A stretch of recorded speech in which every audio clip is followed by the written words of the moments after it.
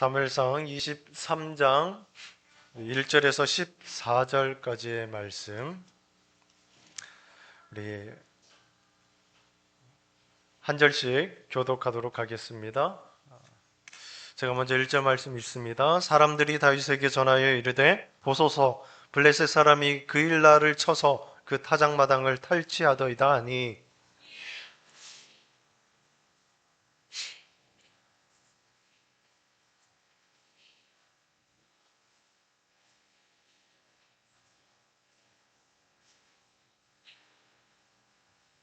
다윗이 사람들이 그에게 이르되 보소서, 우리가 유다에 있기도 두렵거든 하물며 그일라에 가서 블레셋 사람들의 군대를 치는 일이리까 한지라.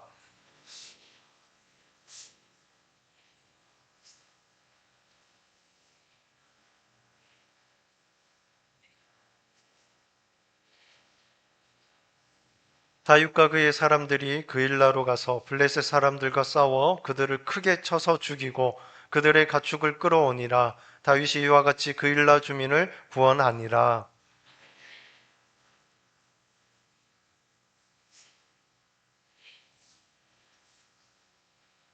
다윗이 그일라에 온 것을 어떤 사람이 사울에게 알림해 사울이 이르되 하나님이 그를 내 손에 넘기셨도다. 그가 문과 문 빗장에 있는 성읍에 들어갔으니 갇혔도다.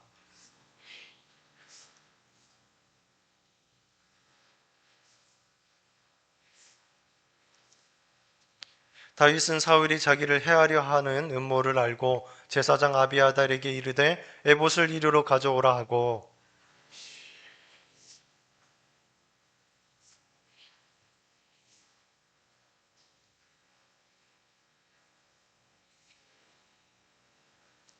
그일라 사람들이 나를 그의 손에 넘기겠나이까? 주의 종이 들은 대로 사울이 내려오겠나이까?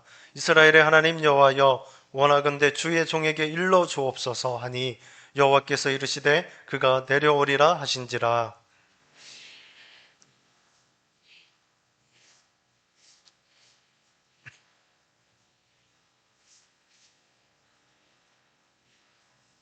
다윗과 그의 사람 600명 가량이 일어나 그일라를 떠나서 갈 수 있는 곳으로 갔더니 다윗이 그일라에서 피한 것을 어떤 사람이 사울에게 말하매 사울이 가기를 그치니라.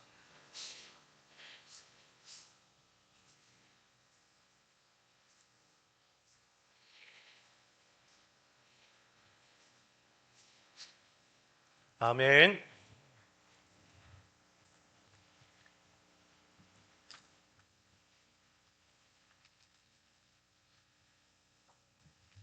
우리는 모두 다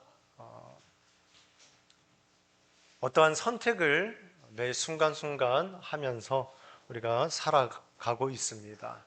그래서 내가 길을 가더라도 어떤 길로 내가 갈지, 어떤 길이 더 빠를지, 그러한 것들도 우리가 선택하게 되어지고, 우리의 인생에 어떠한 일을 시작할 때에도 이 일을 할 것인지 아니면 저 일을 할 것인지 이렇게 우리가 선택을 하게 되어집니다. 또 사람과의 관계 가운데서도 내가 이 사람의 말을 믿어야 될지 아니면 저 사람의 말을 믿어야 될지, 이런 선택, 이 선택을 하는 그 가운데에 우리는 저마다의 어떠한 계산기를 두들겨서 나에게 조금 더 이익이 되고 내가 옳다고 생각되어지는 그러한 부분으로 우리가 선택을 하게 되어지는 것이죠. 그래서 장단점도 따져보게 되어지고 어떠한 확률적인 그러한 계산도 하게 되어지고, 그리고 정말 내가 믿는 사람의 그 조언도 우리가 구하게 되어집니다. 이러한 것은 세상을 살아가는 지혜로운 방법이에요. 그렇죠? 지혜로운 방법이 맞아요. 하지만 우리가 인생을 살아가다 보면은 이런 우리의 계산기를 통해서 이건 확실해라고 생각했던 그런 일들이 어느 순간 무용지물이 되어버리는 그러한 순간을 우리가 맞이하게 되어진다는 것이죠. 그때는 어떻습니까? 그때는 우리가 모든 것이 무너져 내린 그러한 절망의 순간, 그리고 또 두려움이 우리에게 찾아오게 되어져서 더 이상 우리가 어떠한 생각조차 하지 못하게 우리의 이성을 마비시켜 버리고 만다는 것이죠. 우리가 지난 주일 오전에 이런 사울 왕이 바로 이런 두려움 가운데에 사로잡혔을 때 그가 자신의 인간적인 그런 계산기를 두드려 보면서 그 계산기가 오류를 일으키고 말았어요. 어떻게 되었습니까? 의심이 가득했고 어떤 편집증이라는 그러한 것으로 가득 차버리고 말았다는 거예요. 그 결과가 어떻게 되었습니까? 정말 끔찍한 이 노당의 이 대학살로 이어지는 그런 끔찍한 비극을 우리가 보게 되었습니다. 여러분, 사울은 하나님께 묻지 않았어요. 그의 두려움이 그 마음을 온전히 지배함으로 더 이상 그는 하나님을 보지 못했다는 거예요. 그런데 오늘 본문은 어떻게 보면 사울과 동일한 그러한, 어쩌면 사울보다도 더 깊은 그러한 절망과 위기 속에 있는 이 다윗을 우리가 보게 되어지는 거예요. 다윗 역시 생명의 위협을 받고 있었습니다. 또 자신을 따르는 그러한 수백 명의 사람들의 그 목숨을 책임져야 하는 그러한 절박한 상황 가운데에 다윗이 놓여져 있다는 거예요. 그러나 다윗은 믿음의 사람답게 사울과는 전혀 다른 그러한 선택을 하게 되어지죠. 우리 세상의 지혜로운 방법처럼 자신의 어떠한 계산기를 꺼내서 막 이것저것 계산해 보는 것이 아니라 이것을 하기 전에 먼저 하나님께 물었다는 거예요. 하나님께 물었다는 것이죠. 사랑하는 성도 여러분, 오늘 이 말씀을 통해서 절망 가운데의 길을 걷는 우리가 붙들어야 할, 정말 우리가 어디로 가야 할지 못하는 그러한 상황 가운데에 유일한 나침반이 무엇인지 우리가 깨닫고 우리의 계산기가 아닌 하나님의 음성을 따라 걷는, 길을 묻는 그 믿음을 우리 회복하는 저와 여러분이 될 수 있기를 주님의 이름으로 축원드립니다. 먼저 우리가 1절 말씀을 다시 보게 되어지면 다윗이 아둘람 굴이라는 그러한 절망의 동굴에 숨어 있을 때 들려온 소식이에요. 사람들이 다윗에게 전하여 이르되 보소서 블레셋 사람이 그일라를 쳐서 그 타작마당을 탈취하더이다라고 이렇게 기록을 하고 있습니다. 여러분, 지금 이 사람들이 다윗에게 이 말을 했을 때 다윗의 상황이 지금 어떤 상황입니까? 지금 사울의 군대를 피해서 도망 다니고 있는 그러한 신세예요. 즉 무엇입니까? 자기 몸 하나 건사하기도 참 버거운 그런 상황이었다는 거예요. 그런데 그 가운데에 저 멀리서 그일라 성읍이라는 그곳, 블레셋 사람에게 공격당했다라는 그 소식을 다윗이 듣게 되어집니다. 이때 우리 세상의 계산기를 두들기면 어떻게 해야 됩니까? 세상의 지혜로운 방법은 무엇입니까? 절대 나서면 안 되는 거예요. 절대 나서면 안 돼요. 지금 네가 남을 도울 처지냐는 거예요. 거기 네가 괜히 그일라를 가면 네가 이 숨어있던 그러한 위치만 발각되고 사울의 군대가 너를 잡으려고 반드시 올 거라는 거예요. 그러니 어떻게 해야 됩니까? 그 소식 안타깝지만 모른 척 해라. 이것이 합리적이고 이상적인 판단이라는 거예요. 세상의 지혜로운 방법이 이거라는 것이죠. 그러나 다윗의 첫 번째 반응이 무엇입니까? 이어지는 2절에 보면 이에 다윗이 여호와께 묻자와 이르되 내가 가서 이 블레셋 사람들을 치니까. 다윗은 세상의 그러한 지혜로운 방법으로 세상의 모든 사람들이 통용되는 그러한 생각으로 행하지 않았다는 거예요. 그 전에 먼저 본능적으로 어쩌면 이것은 습관이 되어져 버린 거예요. 다윗에게 하나님께 먼저 묻는 거예요. 이것이 바로 믿음이 앞서가는 성도들의 삶의 모습이 되어야 되는 거예요. 그 모습을 다윗이 오늘 우리에게 보여주고 있다는 거죠. 다윗은 이러한 믿음이 있었어요. 그런데 다윗과 동일한 믿음을 소유한 공동체는 또 아니었어요. 그걸 어떻게 합니까? 부하들의 반대에 부딪히게 되어집니다. 3절에 보니까 그들은 정말 공포와 두려움에 빠져서 이렇게 이야기하는 거예요. 우리가 지금 이 유다에 있기도 무서운데 하물며 우리가 그을라에 가서 블레셋 사람들의 군대를 치는 일을 해야 되겠습니까? 이거 뭐예요? 앞서 세상의 지혜로운 방법이에요. 누구나 생각하는 일반적인 생각이었다는 거예요. 얼마나 현실적이고 얼마나 타당한 두려움입니까? 그러니 다윗이여 우리 가지 맙시다. 사랑하는 성도 여러분, 우리가 믿음이라고 하는 것은 두려움이 전혀 없는 그런 감정의 상태가 아니에요.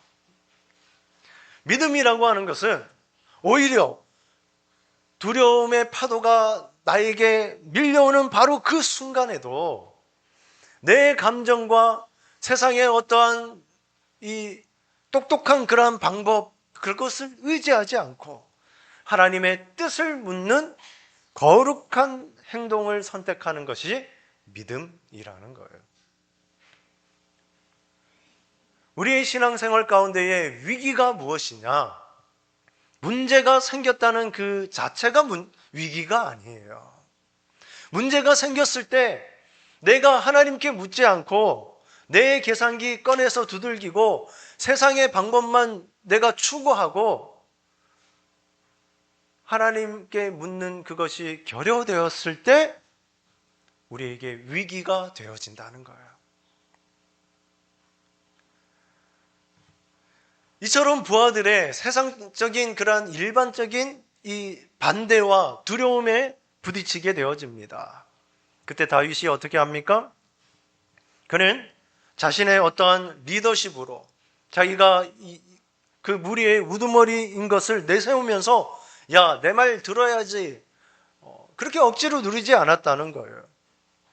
그리고 다수의 그러한 의견 가운데에 그 두려움에 함께 동조해서 내가 그곳에 가는 것을 포기도 하지 않았다는 거예요.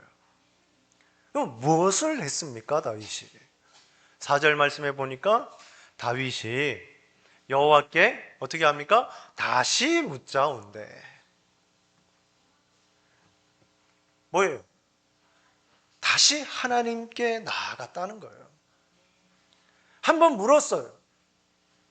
그리고 이 부하들의 반대에 부딪혀요. 그러고 난 후에 다시 하나님께 나아갔다는 거예요. 하나님, 저들의 두려움이 이렇게 큽니다. 다시 한번 말해 주시옵소서. 여러분, 우리가 분명하게 깨달아야 될 것은 다윗이 이렇게 다시 물은 것은 하나님의 말씀에 대한 그런 이 불신앙의 문제가 아니었어요. 불신앙의 질문이 아니었다는 거예요. 그는 지금 자기는 이만한 강대한 믿음이 있지만 지금 공동체가 나와 동일한 믿음은 아니라는 거예요. 연약한 믿음도 있고 그렇기 때문에 이 연약한 공동체를 품고 하나님의 뜻을 재차 확인하는 거예요. 공동체를 위해서 책임감 있게 다시 질문하는 믿음이었다는 거예요. 그리고 하나님께서는 그 연약한 공동체를 위해서 다시 한번 친절하게 다윗에게 응답하여 주십니다. 무엇입니까? 일어나 그일라로 내려가라.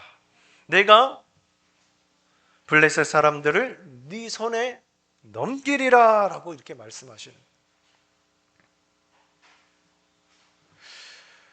여러분, 이 다윗이 어떻게 이토록 생생하게 하나님의 음성을 들으면서 이러한 결정적인 단서를 그가 제공받게 되었는지 아십니까? 여기에는 우리가 지난주에 설교에 그 하나님께서 남겨두신 것을 기억하면 돼요. 무엇을 남겨두셨습니까? 다 죽는 줄 알았는데 아비멜렉의 아들 아비아달을 하나님께서 남겨두셨어요. 그렇죠? 하나님의 제사장 아비아달을 남겨두셨어요. 그리고 6절 말씀에 보면 아비멜렉의 아들 아비아달이 그일라 다윗에게 도망할 때에 손에 무엇이 있습니까? 에봇을 가지고 내려왔더라. 여러분, 에봇이 무엇입니까? 제사장이 입는 예복이에요. 이 에봇이 뜻하는 바가 무엇입니까? 제사장의 역할이 무엇입니까? 하나님께로 나아가는 그 역할을 감당하는 거예요. 사울이 미친 듯이 두려움에 사로잡혀서 노베 제사장들을 학살할 때에 하나님께서는 그 참혹한 잿더미 속에서도 아비아달 한 사람을 피할 길로 남겨두셨다는 거죠. 그리고 사울이 그토록 없애버리고 했던 하나님의 뜻을 묻는 그러한 통로, 바로 그 에봇이 사울을 떠나서 다윗에게로 옮겨지게 되었다는 거예요. 사울은 두려움 때문에 하나님께 묻는 그 통로, 그것을 스스로 파괴해버리고 말았어요. 제사장에 다 학살하고 버리고 말았어요. 하지만 다윗은 그 파괴된 통로를 끌어안음으로 말미암아 그가 지금 가장 절박한 순간에 하나님의 음성을 들을 수 있는 그 놀라운 복을 받게 되었다는 거예요. 사랑하는 성도 여러분, 혹시 여러분의 어떠한 공동체가, 가정이, 아니면 여러분들 자신이 두려움 가운데 흔들리고 있지는 않으십니까? 그때 우리가 세상에 우리가 귀 기울이지 아니하고 다윗처럼 다시 한번 우리가 주님 앞에 나아갈 수 있기를 원합니다. 노베의 그 비극 속에서도 에봇을 지키신 하나님께서 오늘 우리의 예배와 기도를 통해서 반드시 그분의 뜻을 우리에게 보여주실 줄 믿습니다. 다윗은 이처럼 하나님의 말씀을 듣고 그 말씀에 순종하여 그가 그일라로 내려갑니다.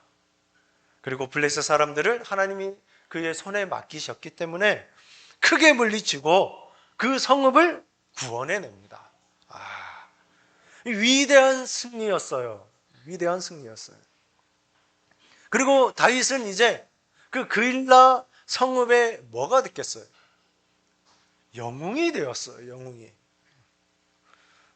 그리고 그 성벽 안에 이제 400명이 넘는 그런 자신의 공동체와 함께 이제 안식을 누릴 수 있는 이 놀라운 복이 그에게 오게 되었다는 거예요. 그런데 이게 복이었을까요? 바로 그 순간 이 사울이 다시 일하기 시작합니다. 무슨 일을 합니까? 사울이 이르되 7절 8절 하나님이 그를 내 손에 넘기셨도다. 그가 문과 문 빗장에 있는 성읍에 들어갔으니 이제 갇혔다는 거예요. 야, 이것 봐라, 잘 됐다. 그 그일라 성에 있다는 거지. 그래, 우리 그일라 성 꽁꽁 둘러싸가지고 이제 다윗 우리가 죽이면 되겠다. 그런데 사울이 하는 말이 무엇입니까? 사울 역시 지금 누구의 이름을 부릅니까? 하나님의 이름을 부릅니다. 우와, 하나님이 그를 내 손에 넘기셨네. 그러나 그의 하나님은 자신의 어떠한 군사적인 그러한 전략, 전술, 거기에 유익을 승인해주는 그런 우상에 불과했다는 거예요. 진정한 하나님을 지금 말하고 있지 않다는 거예요. 하나님이 지금 사울에게 이처럼 역사하고 계십니까? 아니에요. 착각하고 있는 거예요. 또 이 소식을 다윗이 듣게 되어집니다. 그래서 다윗의 또 반응이 어떻습니까? 이 그일라라고 하는 이 성읍은 그렇게 견고한 성벽이 있었지만 다윗은 그것을 의지하지 않았다는 거예요. 그리고 지금 방금 이 그일라 성 안에 그가 베푼 은혜가 있어요. 그렇죠? 그러면은 그 성읍의 사람들은 어떻게 됩니까? 자기들을 이 블레셋 가운데 구원해 준 이 다윗에게 목숨을 빚진 자들이에요. 목숨을 빚진 자들. 백성들이 어떠한 이 목숨을 빚진 그런 의리를 그들이 가지고 사울이 오면 맞서 싸우면서 우리가 어떠한 이 대응을 할 수 있을 것이라 생각하지도 않았어요. 9절에 보니까 그는 즉시 아비아달을 불러서 에봇을 가져오게 하고 다시 또 하나님의 뜻을 묻기 시작하는 거예요. 11절과 12절은 어쩌면 다윗이 하나님께 기도하는 그러한 지금 구절입니다. 여호와여, 사울이 제게로 내려오겠습니까? 또 그일라 사람들이 나와 내 사람들을 내가 그렇게 은혜를 베풀었는데 그들을 구원해 줬는데 사울의 손에 넘기겠습니까? 그리고 하나님의 대답은 충격적이었어요. 그들이 너를 넘길 것이다. 여러분 한번 생각을 한번 해보세요. 내가 목숨 걸고 구해준 그 사람들이 이제 자신을 배신하고 사울에게 넘길 거다라는 그런 응답을 다윗이 받았어요. 여러분들 마음 가운데 뭐가 생겨날 것 같습니까? 분노가 일어나는 거예요. 어떻게 저럴 수가 있지? 화가 나는 거예요. 만약 다윗이 하나님의 음성이 아닌 인간의 우리의 그 마음, 그리고 사울을 온전히 사로잡았던 그 두려움이라고 하는 그 마음을 그가 가지게 되었다면 아마 그일라 성읍에서는 이 노베에 있었던 그 대학살과 같은 끔찍한 일이 일어나게 되었을 거예요. 하지만 다윗은 그러하지 아니하고 그가 그 성을 그냥 떠나게 되어져요. 그가 하나님의 말씀에 처음에 묻고 두 번째 물어서 그일라 성에 가 블레셋을 네가 쳐라 라고 했던 하나님의 말씀에 순종한 결과가 무엇입니까? 그일라 성이라고 하는 안전한 이 방패막이가 되어지는 것이 아니라 배신이라고 하는 그러한 쓰라린 현실을 오히려 다윗에게 가져다 줬다는 거예요. 우리 생각은 어떻습니까? 야, 하나님의 말씀에 순종했더니 좋은 일은 하나도 없고 어떻게 이런 더 절망 가운데로 더 내가 마음 상하는 일로 그렇게 인도하시는가? 하지만 다윗에게 일어난 이러한 일을 쓰라린 응답이야말로 다윗이 살 수 있는 유일한 피할 길이었다는 거예요. 그 성읍 사람들이 배신한다는 것을 하나님께서 알려주셔서 그가 다른 피할 길로 나아가는 거예요. 우리에게 이해가 되지 않는 그러한 응답조차도 하나님의 관점에서 보면 그건 나에게 가장 좋은 하나님의 선택이라는 거예요. 사랑하는 성도분, 오늘 우리는 위기 앞에서 전혀 다른 이 두 사람의 모습을 우리가 보게 되었습니다. 한 사람은 사울이요, 다른 한 사람은 다윗이죠.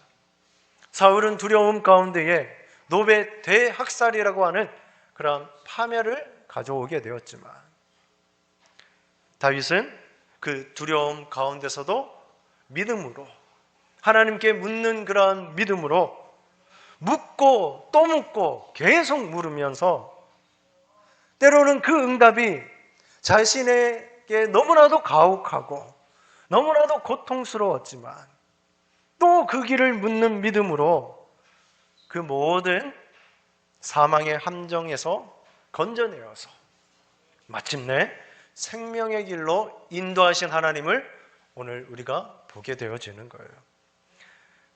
14절은 이 모든 것을 한 문장으로 우리에게 요약하며 이야기해 주고 있습니다. 사울이 매일 찾되 하나님이 그를 그의 손에 넘기지 아니하시니라. 아멘. 여러분들의 삶은 지금 어떻습니까? 인생의 어떤 위기 앞에서, 또 어떤 중대한 여러분들의 선택 앞에서 혹시 고민하고 계시지는 않으십니까?